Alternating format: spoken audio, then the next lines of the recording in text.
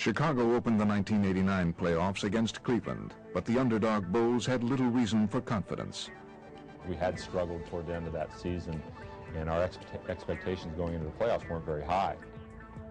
And those doubts appeared justified, as Cleveland, with one of the league's best records, asserted their dominance.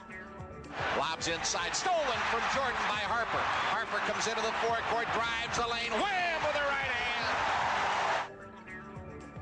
But the Cavs had one obstacle standing in their path, Michael Jordan. An obstacle that seemed to grow larger with every game, as Jordan was carving up the Cleveland defense. 2 minutes to go. The Cavs have a foul to give. Jordan on the drive, and the big basket. He'll go to the line for a three-point play. The Bulls had extended the series to a fifth and deciding game, but as the scene shifted back to Cleveland, it appeared their hopes of an upset would finally be snuffed out. The Cavs came out firing as they tried to put Chicago away for good. Harper on the left, backing it on Pippen, comes around the Doherty pick to the line, to the basket. Good! Facing a frenzied crowd and an inspired Cavs team, Jordan and the Bulls saw their season slipping away. But Michael took it upon himself to lead them back, almost single-handedly keeping his team in the game. It's going to be Michael Jordan against the Cavs in the second half. As the game entered its crucial stretch, Doug Collins watched his young superstar continue to dominate. Jordan was relentless, and it seemed there was little Cleveland could do to stop him. Jordan at the top of the key, to the lane, throws it up, good off the glass. And Michael Jordan with 35, and Lenny Wilkins, Cavaliers, who have led most of the way, now trail. Jordan had given Chicago the lead and the momentum, but it was clear that the Cavaliers weren't about to fold. Harper to the lane, out on the left side, Elo for three. Got it! The Cavs lead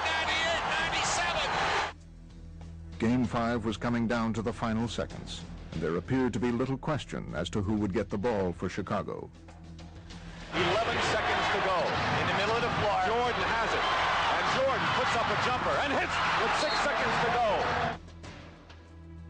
The game had developed into a seesaw battle, with 6 lead changes in the final 3 minutes. And now it was Cleveland's turn to respond, as they tried finally to deliver the knockout blow. 6 seconds left. Elo looks. Elo into Nance. Back to Elo. He drives. He scores! Elo drove it right down the wing and scores! 199 with 3 seconds to play. Right at the end, Cleveland kind of looked at us on the bench like, okay, you guys are done.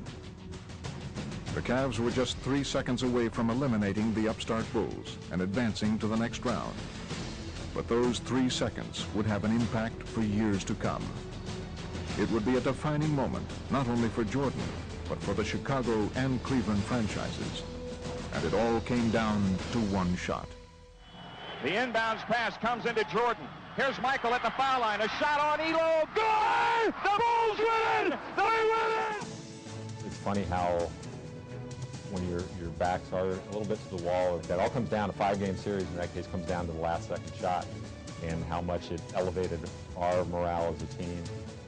When Michael was able to hit this miraculous shot with Craig Elo all over him, that was big. That was really big. That really propelled us to another level.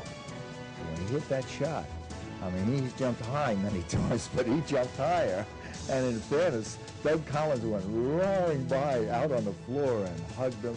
And I swear he put a dagger in the Cleveland franchise, not just in that team, but that team never could find a way to beat Michael Jordan.